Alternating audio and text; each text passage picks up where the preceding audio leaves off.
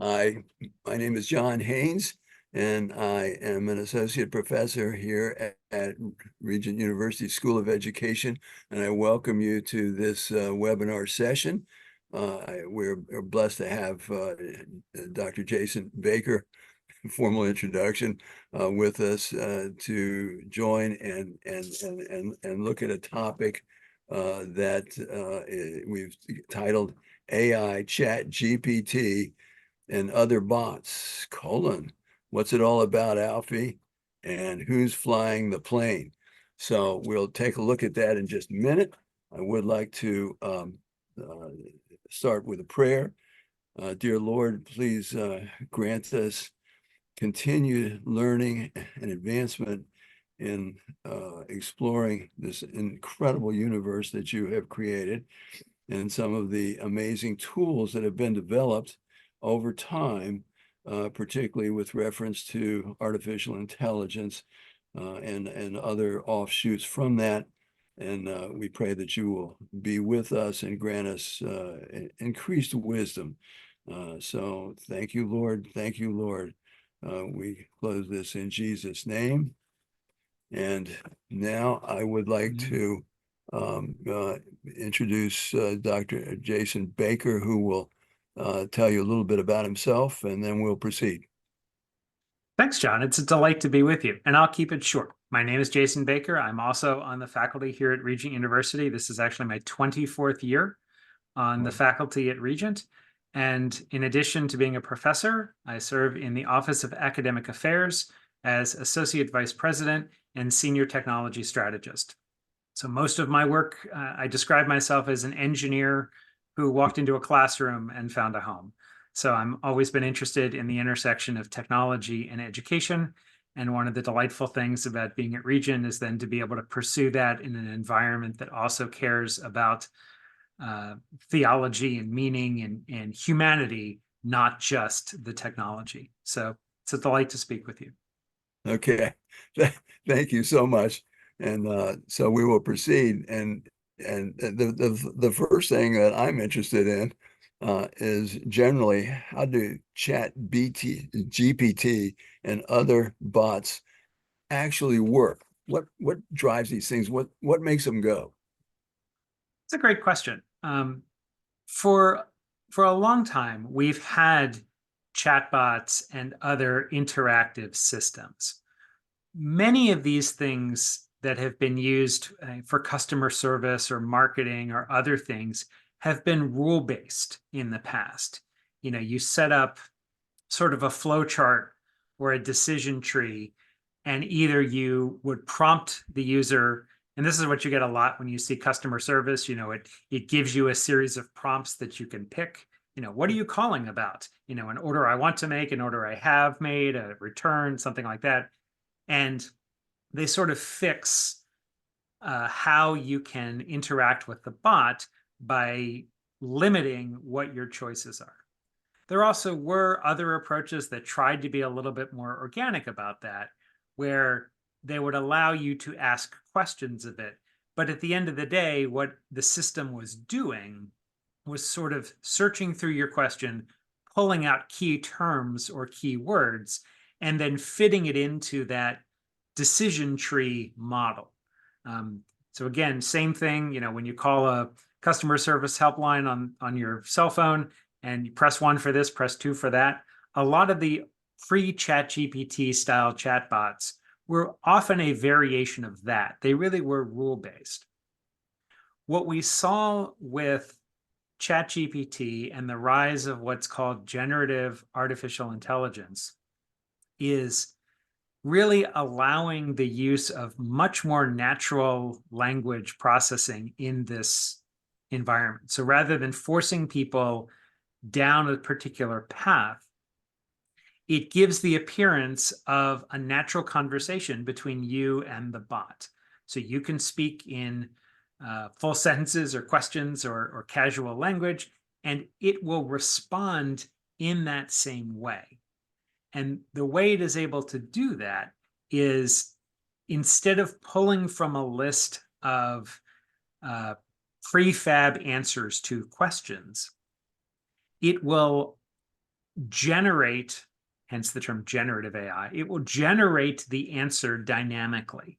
And it will generate answers that look like, feel like, sound like normal human language. And that really has been transformative. It's been transformative in a lot of different ways, but one of the most powerful things was when OpenAI released it, and they've had this technology for a few years. I was involved in some of their private closed beta testing for a while, and they just decided to just throw it wide open, let it escape the lab. But because it sounds so natural and so human, that was one of the things that made it really compelling, is it feels like you're talking to a person. Again, not a new concept in terms of the experience, but sort of the underlying technology of the way that they did this was different than that decision tree model. And it enabled a lot more fluid, human-like interaction. Okay, but let's say my favorite to ask these systems is, what is truth? And back, I guess, in the fall of the year, that would have been what, 2022, maybe, when this first got opened up. I had two of my grandsons were up here around Thanksgiving or a little before Christmas. And they said, "Have you seen ChatGPT?" And I said, "I have no idea what you're talking about." And so they set it up on my computer. And so they said, "Ask it a question." So I said, "What is truth?" And I had done this with similar programs in the past, but they had come back with crazy things like a mountain on the moon and whatever, just nutty stuff. But this came back with the correspondence theory of truth. And I was like, yeah, that's proper. Okay. In my mind, that's the kind of the main piece relative to coherence and pragmatic and several others. But that's what it did. And then I said, ask it again. I asked it again. The darn thing came back, and it still came back with a correspondence theory, but it also then came back in a slightly different form. And they said, well, it doesn't repeat itself. And I said, well, that's nice. And then they said, but just to make sure that you don't get accused of some kind of cheating here, that you need to change this word and that word and such in the thing that came in. I'm like, wait a minute. A bunch of high school kids already have figured out several things that I had no idea existed, and that I had to do this and this and this just to make sure that I wasn't accused of plagiarism. Okay, that's cool. But what is it and I think we've talked about this a little bit before between the two of us, but when that question goes in, it's searching a massive database of billions of documents and whatever, I presume. Is that right? It's just going through that? Yes, that's correct. So what's interesting about this, and your example is perfect, is that what we have switched from is a deductive approach to artificial intelligence, and we've traded it for an inductive approach. I mean, again, AI has been around for a long time. It didn't start a couple of years ago, but like with the examples we were talking about earlier, much of the early development was much more deductive. So you would set up a set of rules, and the computer would be programmed to follow that set of rules. Whether that was very narrow, like here's the questions and answers that you can do for customer service, or it was more broad, using searching the internet and then having it tell you what the top results are. It had sort of a rule set that it was following, and it would deductively follow those rules and then give you an answer. What we see with these large language models is an inductive approach. Essentially, what happened was they, for lack of a better word, ingested the internet, and came up with a mathematical way of representing the content in multidimensional space that allows words, sentences, ideas, and content to cluster around each other in this n-dimensional space. And so rather than having to start with the idea of what, is this a noun or is this a verb? Or how is this word used in this context? Or, if you're talking, for instance, about Trump, are you talking about playing cards like a trump card and gambling or are you talking about a political campaign? Or are you talking about, business entities, the Trump Tower and the like? In the rule-based thing, you would have to sort of preemptively set up the rules. In this large language model approach, it turns out that if the system can ingest all of the different content, the political stuff clusters kind of in one area. The playing card thing clusters in another area, and the real estate stuff clusters in another, and the apprentice clusters in another area. And so what these systems can do is they can inductively locate content, and then the content that is around it. And a couple of years ago, Google was able to figure out how to do that in a very computationally efficient manner.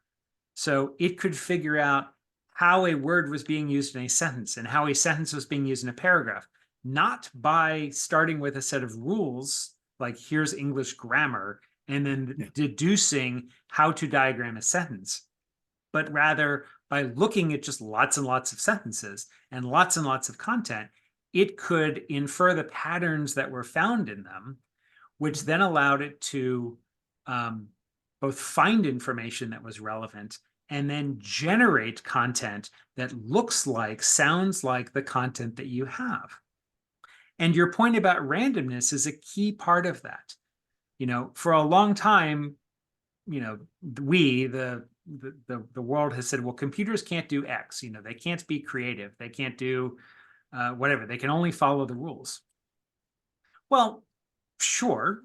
But if the rule set essentially is, here's a bunch of information, derive patterns inductively from what you find there, then that is very different than starting with a set of rules that you have to follow. And this is where I think educators could really appreciate this, because when we're teaching, whether we're teaching kids or adults, rules are helpful, but what we're also trying to do is give people an understanding of context and when you do things in which situations. And we want people to make decisions, especially when we're raising up Christian leaders to change the world.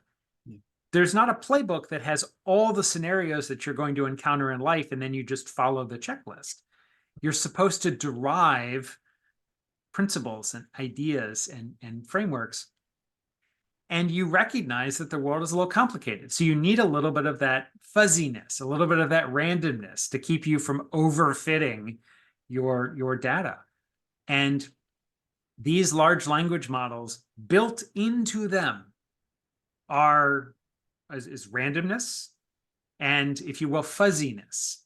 The whole concept of this neural network way of thinking involves forcing little individual decisions that have to go in one direction or another. So removing a whole lot of variation in the middle.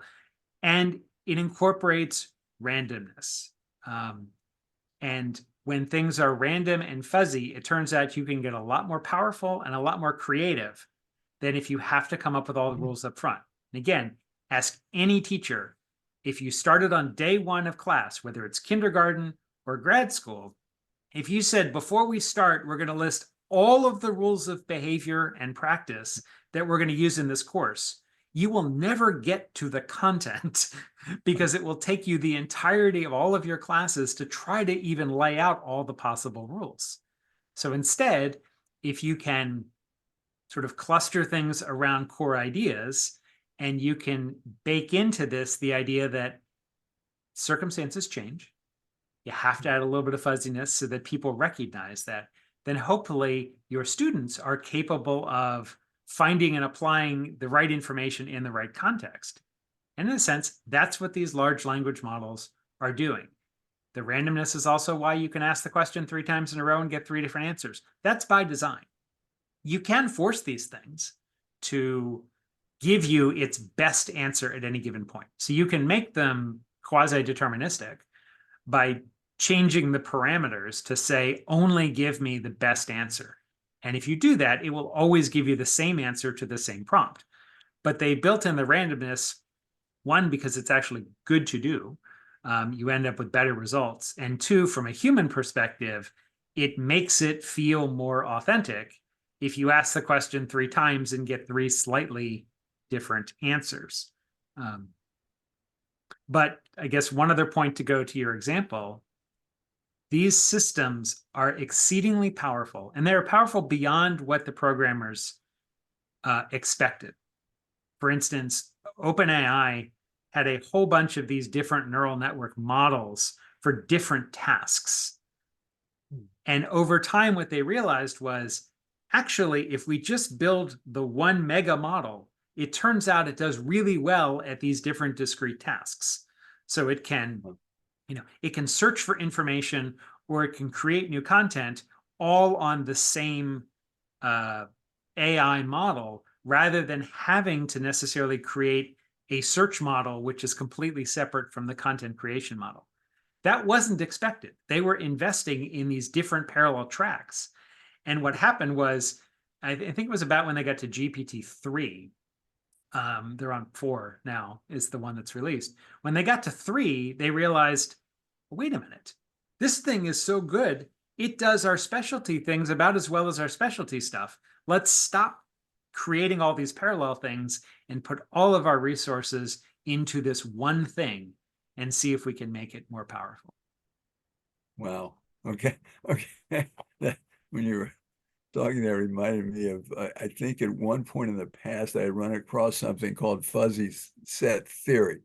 I don't know whether you remember that, but I think I believe that was the terminology used for it. And I was thinking, okay, that's cool. And they'd had some rules for fuzzy sets, if you will, but they weren't extreme rules as some of the set theory is usually pretty locked up. But in terms of these, and they were actually, so I guess they were kind of progenitors of these approaches. And the other one was transfer of learning. It's like you look for that. That kind of is the key thing, that if a student is able to take something from one sphere, move it into another, you're saying, aha, okay, you've got it. And that's brilliant, and that's great. And you're on the way to doing and discerning really higher level things. So that's pretty cool. I think thanks to your great explanation, I think I've got a pretty good idea there. The next one we had to talk about was this thing was generative, evaluative, extractive, which I just ran across the other day, and any other major types of AI from one another. I don't even know that if that's worth exploring. You certainly put out what generative is. Is there an evaluative AI that is utilized? I mean, there are different design approaches in actually building some separate models, but what we're seeing very commonly is using this same large language model systems to do generative tasks or evaluative tasks or extractive tasks. So again, it used to be, and you still can do that. Like, it used to be that you would build a system that would do sentiment analysis, for instance. So you feed it content, and then it would extract from that the sentiment that goes with the different sentences. And you could use that in an automated way to see how people were responding to like a speech in real time. Rather than them having to put their little dials there, you could have an AI system take the text, take the speech, translate the text, and then determine what are people, what is the sentiment of that text. Again, nowadays, what is happening more and more is just these large language models are being applied in different contexts. So rather than using a strictly extractive system, much of what's out there in commercial and experimental use is, can I use ChatGPT? Can I use GPT-4? Can I use Llama or any of the other large language models and just have them extract content. So it can generate the content, it can find patterns, it can offer guidance for making decisions. And they're finding right now that the first cut of all of this is, rather than spending all the time developing a custom unit, take the large language model and apply it. And we're seeing it go beyond text. We're seeing it, Midjourney and Dolly, for instance, was applying this text to image approach. Same basic idea. All of a sudden, all the text that went with, images meant that not only could these things generate sentences, but they could generate pictures. And now, a couple of weeks ago, OpenAI announced Sora, which is their text to video model. So it can create, it can generate authentic looking video based on text prompts. Again, all of the same basic stuff is there. It's vacuuming up lots and lots of content. And then it can find patterns based on sort of mathematical connections, which, again, from a human analog, and again, all this stuff is analog. Like, it's not quite true to say artificial intelligence systems think like people. We're still trying to figure out how people think. There's a lot of work in neuroscience, but to think that we've got this all figured out we're not there yet. So while we have replicated certain kinds of processes, it's not that these things necessarily think like we do, but analogically, we can make decisions sort of intuitively. Like, you see something and it makes you afraid, or it makes you concerned, or something doesn't seem right. And it's almost an intuitive, immediate response, rather than a thoughtful, I approached this neutrally and then I rationally worked my way through it. Well, that's sort of what you're seeing in this context, that it will cluster information and then give you a response that kind of, not quite intuitively, but matches the cluster. And people are like, well, wait a minute. I asked it to create this picture, and why is there this glitch here? And it's like, there just was. The same reason that we can sort of intuitively, instinctively come up with an answer and have it be immediately wrong. And that's why we have to subject it to sort of an investigation thereafter. And that's one of the things that makes it challenging to come up with ethical, human-centered use of this stuff, is because you can't just sort of crack open the code and say, what are the rule sets? Like, how did the self-driving car not catch that this was a person walking by? And there's no part of the code that you can go to that says, here are the 3 specific points that I've pre-programmed that you use to define a person, and then here's why you shouldn't hit the person. What you had was ingesting lots and lots of pictures and videos of people crossing roads and crossing in front of you. And then you throw in some of that randomness by design. And it turns out that every so often the bird flying or the tree is interpreted as a person, or not interpreted. The person is interpreted as the light flare, or the tree or the bird, which is kind of what we do as well. Sometimes we don't process things correctly. But again, it's this whole, if there's one thing to understand, strip away all the technical stuff, it's inductive versus deductive. These things are making meaning because we give them lots and lots of resources, text, videos, pictures, whatever. We can then, we can bias that. We can give them more of one kind of resource or more of another. Some bias, not necessarily in a bad way. Tune would be another way of saying it. But to understand that these things are primarily inductive machines, they are learning from what they've been given. So if we give them bad stuff, They will learn bad stuff because they don't have they don't have an objective concept of truth. Truth is the alignment of the groupings of information that makes sense based on its position in space. So if we don't give it a diverse set of images, it's going to make incorrect decisions. If we give it biased data, it's going to draw those conclusions. Sometimes the conclusions that it draws, the clustering that it has, is mathematically correct, but not what we want for society. Again, go back to being educators or parents even. Like, what your kids do that is authentic may not be what we want them to do. You know, it might be totally authentic for them to say, I want this, Johnny has this, therefore I'm going to clock Johnny and take the thing. Completely authentic, totally in line with our, you know, fallen nature of humans. Yes. But that's not what we want, even though it is authentic and even rational, in which case then you need to sort of go on top of that with some additional training, which is a lot of that is going on. It's going on as entities are trying to use human reinforcement to basically say, okay, what, you know, give it a bunch of prompts, it gets a bunch of prompts back and go, no. That's not what we want. We need to tell you when you get these kinds of things, downweight that and go for the next thing on your list.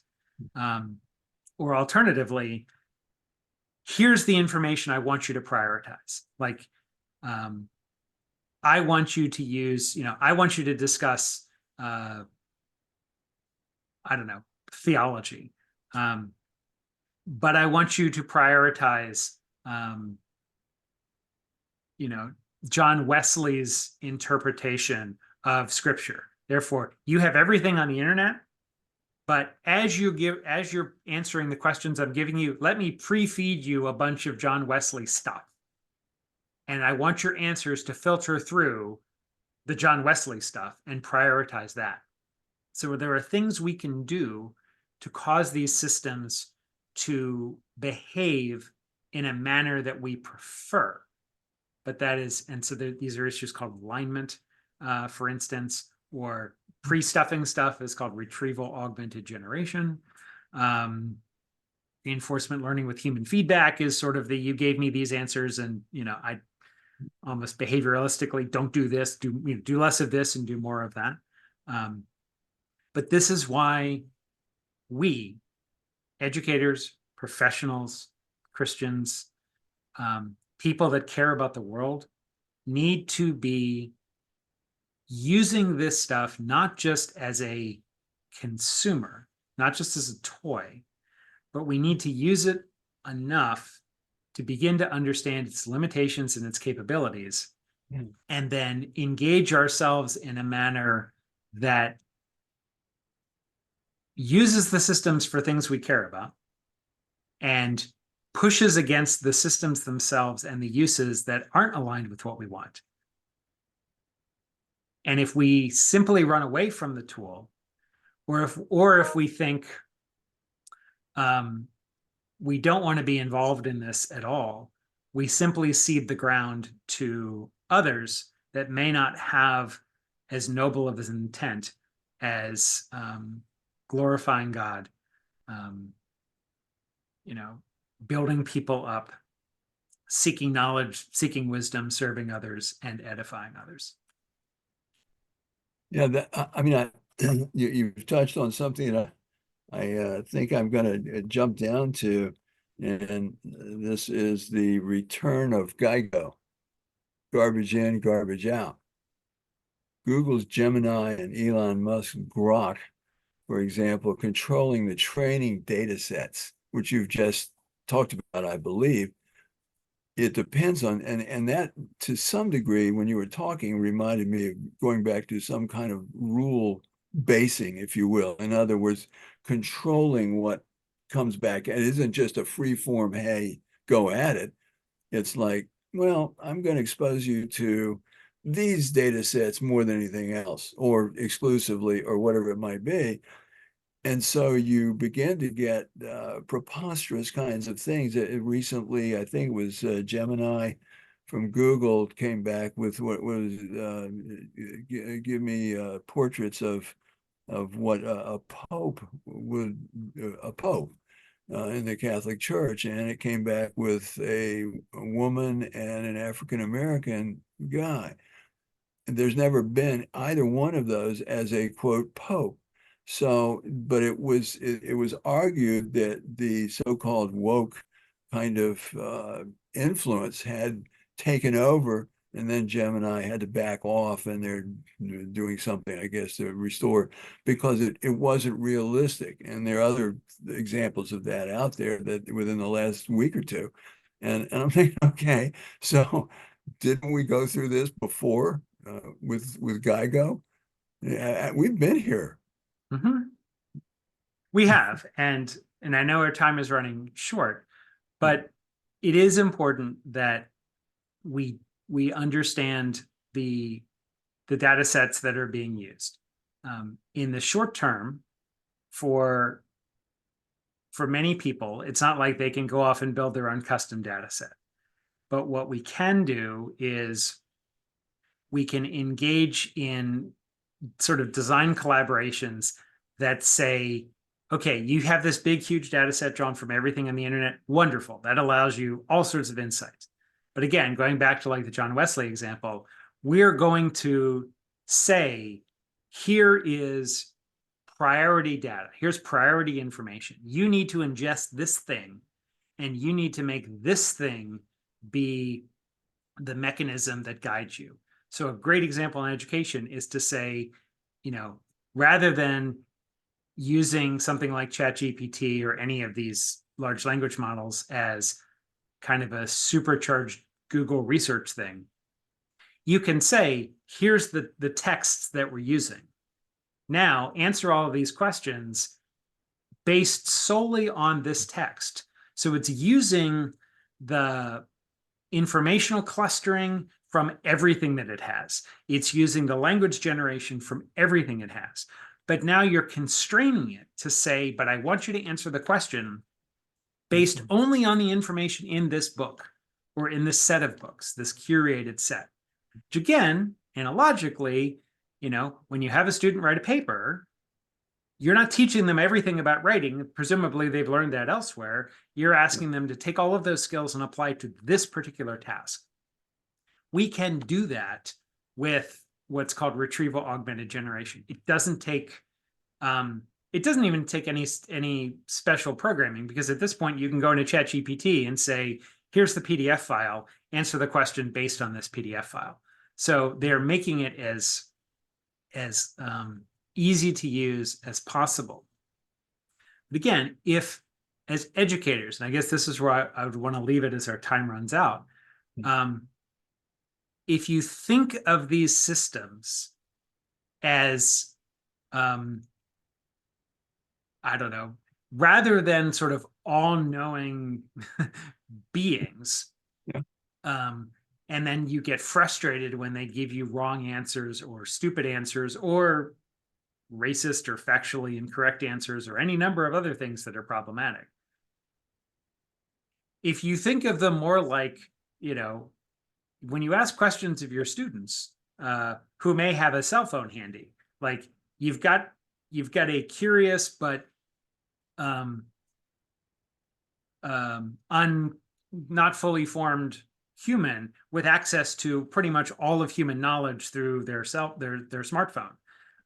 It's closer to that. Like it's closer to a really powerful, teaching assistant, a really powerful research assistant, rather than the omniscient, all-knowing being.